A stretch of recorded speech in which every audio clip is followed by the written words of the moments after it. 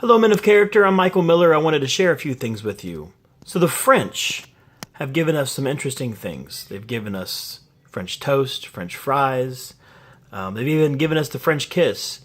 And if you've watched the movie Talladega Nights, you might see some other interesting things that the French have given us. But all jokes aside, they gave us this guy named Rene Girard.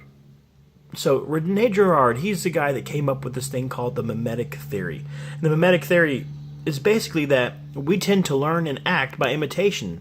If you don't believe me, just look at an infant.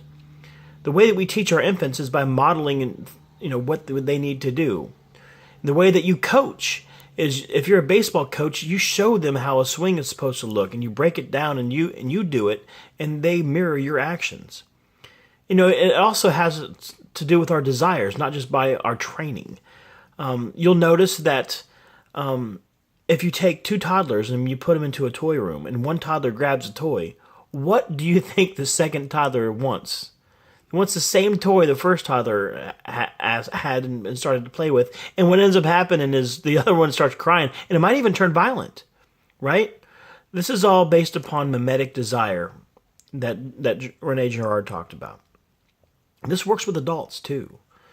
You might see, if I bought a car, and you check out the car, and I'm bragging about this car, and next thing you know, you're talking to your wife, and you're like, it's time for us to get a new car. Mimetic desire. And it happens with nations. You might have one nation that occupies a piece of land, and the other nation's like, I really wanted that piece of land. The next thing you know, you have a war. Mimetic desire is all over the place. But it's not just about physical or material possessions or real estate. We also have this mimesis on our philosophies. What do you believe, and why do you believe it? See, a lot of us believe what we believe because our father believed it, or our friends believed it, or whoever, someone that we wanted to imitate, someone famous maybe, that we believe what they believed. Instead of actually truly seeking out the truth and trying to seek out what's really going on, instead, we tend to just imitate. ISIS does that. You can imagine little Muhammad, who is, his uncle dies in a suicide bombing, and his father's sympathetic of that kind of movement. What do you think Muhammad's going to do when he grows up? Maybe he'll join ISIS. So, what do you believe and why? Are you a Baptist because your dad was a Baptist? Are you an Islamic because you believe what your father believed? Are you a Republican simply because all your friends are Republicans? Are you a Democrat? Are you a Libertarian? Are you in the Green Party? Whatever it is, are you doing it because of imitation? Are you free? We love freedom in America, but are you free? And we talk about America, this nationalism, this patriotism.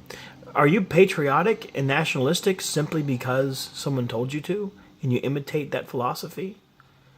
Who are you? What do you believe, and why? If your answer is because I always have, or because my father did, or because my friends do, then you're not a man of character. A man of character figures out what he believes and knows why he believes it.